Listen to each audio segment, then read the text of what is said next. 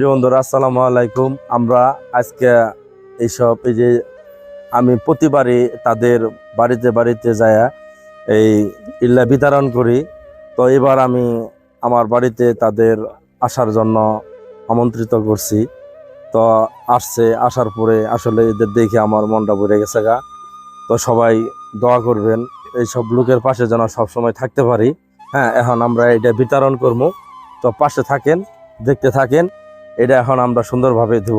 আর আপনাদের জন্য এটা আয়োজন করছি, কেউ হন্ডা করবেন না। হ্যাঁ, সুন্দরভাবে এটা নিয়ে সুন্দরভাবে চলে যাবেন আর সুন্দরভাবে আপনারা ঈদ করবেন। তো ঠিক আছে, তাহলে এখন আমরা দিব। এই আসো আসো মামুন, আসো ভিতরে আসো, বসেন, সবাই বসেন, সবাই বসেন।